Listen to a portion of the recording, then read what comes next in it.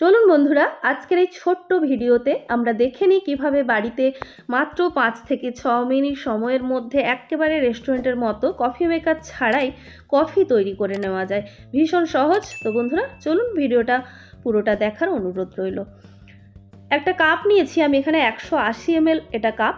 এটা আমি নেসক্যাফে যে কফি কাপ হয় সেটা, আপনি যে কোনো কাপ নিতে পারেন, তবে কফিটা বানাচ্ছি 180 ml, তাই মাপটাও সেইভাবে দেখাচ্ছি।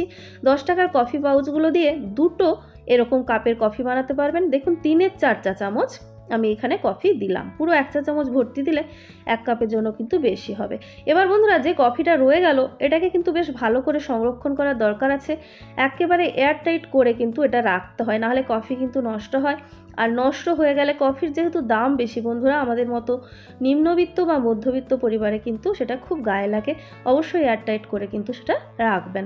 এবারে আমি এই কফি পাউডারের মধ্যে দিয়ে দিচ্ছি চিনি। আমি এখানে 1 চা চামচ চিনি দিলাম। মিষ্টি বেশি পছন্দ করলে অবশ্যই আপনাকে আরও হাফ চা চামচের কাছাকাছি চিনি দিতে হবে, তবে পারফেক্ট টেস্ট পাওয়া যায় আমার মনে হয় 1 চা চামচ চিনিতে।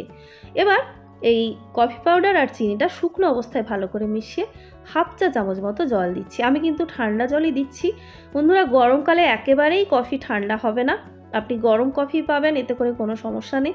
এবার এটাকে বিট করতে হবে 3 থেকে 4 মিনিট। যদি মনে হয় যে আপনার অসুবিধা হচ্ছে দানাটা বেশি থাকার কারণে, চিনির দানাটা মোটা হওয়ার কারণে, আপনি এটাকে মিনিট খানেক রেস্টেও রাখতে পারেন, অথবা ডাইরেক্ট ফেটিয়ে কফি ফোমটাকে তৈরি করতে পারেন। 3 থেকে 4 মিনিট আপনি যদি টানা বিট করেন, কফি ফোম কিন্তু তৈরি হয়ে যাবে খুব অনায়াসে। তো বন্ধুরা, যারা রেগুলার কফি খান তাদের বলবো চিনিটাকে গুঁড়ো করে রাখবেন, তাহলে সময় একেবারে কম লাগবে। আর বন্ধুরা, যদি দেখেন চিনিটা কিছুটা দানা রয়ে গেছে, তাহলে আরও হাফ চা চামচ জল মিশিয়ে নিতে পারেন।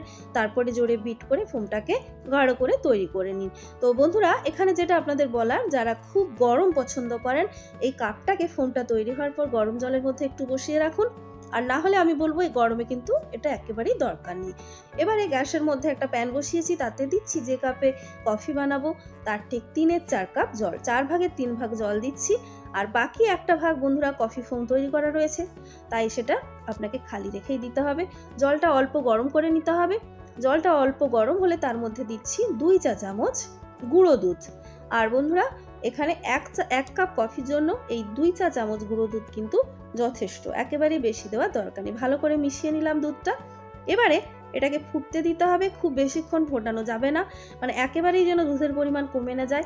জাস্ট ফুটতে শুরু করবে তাহলেই হবে, বন্ধ করে দিতে হবে। আর বাড়িতে যদি এরকম একটা হ্যান্ড হুইস্কার থাকে, সেটা দিয়ে ফেটিয়ে ফেটিয়ে একটু দুধটাকে একটু ফোমি তৈরি করে নিতে হবে। তাহলে কিন্তু কফি খাওয়ার সময় আপনি কফি মেকারে তৈরির যে কফি, তার ফ্লেভারটা আরও বেশি করে পাবেন। তো এবার আমি এর মধ্যে দুধটা কফি ফোমের মধ্যে মিশিয়ে দিচ্ছি। আগেই বলেছি শীতকাল হলে এই কাপটাকে আপনি অবশ্যই একটু গরম জলে বসিয়ে রাখবেন। আর এই গরমে বন্ধুরা, এমনিতেই এতটাই গরম থাকে কফি অনেকক্ষণ, কোনো রকম সেটার প্রয়োজন নেই। এবার হালকা করে চামচে মিশিয়ে এটা গরম গরম সার্ভ করুন। তো বন্ধুরা, এই ছিল আজকের ভিডিও। ভালো লাগলে লাইক, কমেন্ট, শেয়ার, সাবস্ক্রাইব করে দেবেন।